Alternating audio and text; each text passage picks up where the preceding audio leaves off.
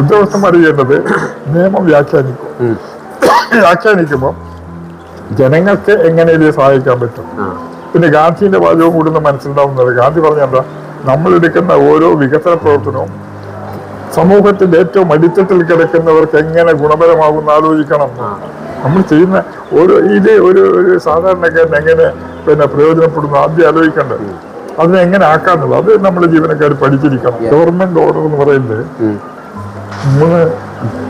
3 paragraph, അത് പഠിച്ചാലേ നമുക്ക് ഒന്ന് ആദ്യം ഇതിന്റെ ഈ ഓർഡർ ഇഷ്യൂ ചെയ്യുന്നതിന്റെ ഇന്റൻഷൻ ഉദ്ദേശം, രണ്ടാമത് ഓർഡർ, മൂന്നാമത്തെ പാരഗ്രാഫ് ഹൗ ടു ഇംപ്ലിമെന്റ്, എങ്ങനെ ഇത് നടപ്പിലാക്കും. ഇത് 3 പഠിച്ചാൽ നിങ്ങൾക്ക് ഏത് നിയമവും നമുക്ക് അനുകൂലമായിട്ട് വ്യാഖ്യാനിക്കാം. പക്ഷെ ഉദ്യോഗസ്ഥന്മാർ ചെയ്യുന്നെന്താ, അവര് തടിക്ക്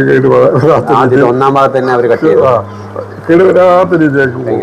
അത് ശരിക്കും അതാ ഞാൻ നേരത്തെ പറഞ്ഞു അവരോട്, നേരത്തെ പറഞ്ഞല്ലോ, ഇതിനെങ്ങനെ നിയമത്തിന്റെ വലയിൽ കൊടുക്കാൻ കഴിയും എല്ലാ കാര്യവും കൊടുക്കാം, എന്ത് പറഞ്ഞാലും കൊടുക്കുകയും ചെയ്യാം. ജോണി സമസ്തം 9 കൊല്ലം എന്നെ കാണിച്ചു തന്നത് എങ്ങനെ ചെയ്യാം സംഭവം. അപ്പൊ കൂടുതൽ സൗകര്യങ്ങൾ വരുമ്പോൾ ഉദ്യോഗസ്ഥ വിഭാഗവും ചിന്തിക്കേണ്ട ഒരു കാര്യം എന്ന് വെച്ചാൽ, നിങ്ങൾ ജനങ്ങൾക്ക് എങ്ങനെയൊക്കെ ആണ് ഉപകാരപ്പെടുന്ന രീതിയിലേക്ക് ഈ നിയമത്തെ അവർക്ക് ഉപകാരപ്പെടുന്ന രീതിയിലേക്ക് ആ നിയമനിർമ്മാണം നടത്താൻ നിങ്ങൾക്ക് സാധിക്കുമെന്നാണ് 10 വർഷം നഗരസഭ ചെയർമാനായിരുന്ന ചന്ദ്രമാഷ് പറയുന്നത്. അപ്പോൾ ആ രീതിയിലുള്ള പ്രവർത്തനങ്ങൾ നടക്കേണ്ടതുണ്ട്. എന്നാൽ മാത്രമേ ഇത്തരം സൗകര്യങ്ങൾ ജനങ്ങൾക്ക് ഉപകാരപ്പെടൂ എന്നുള്ളതാണ് യാഥാർത്ഥ്യം. സത്യം പറഞ്ഞ ടോപ്പ് എത്തിയപ്പോഴാണ് എനിക്കൊരു ആശ്വാസമായത്. എന്ത് രസമായിട്ടാ ഒക്കെ ഒരുക്കിയിരിക്കണേ.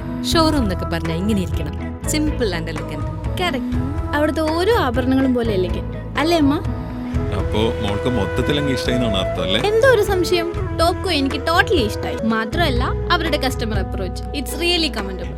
Topco jewellery, Thalassery road, Mattannur.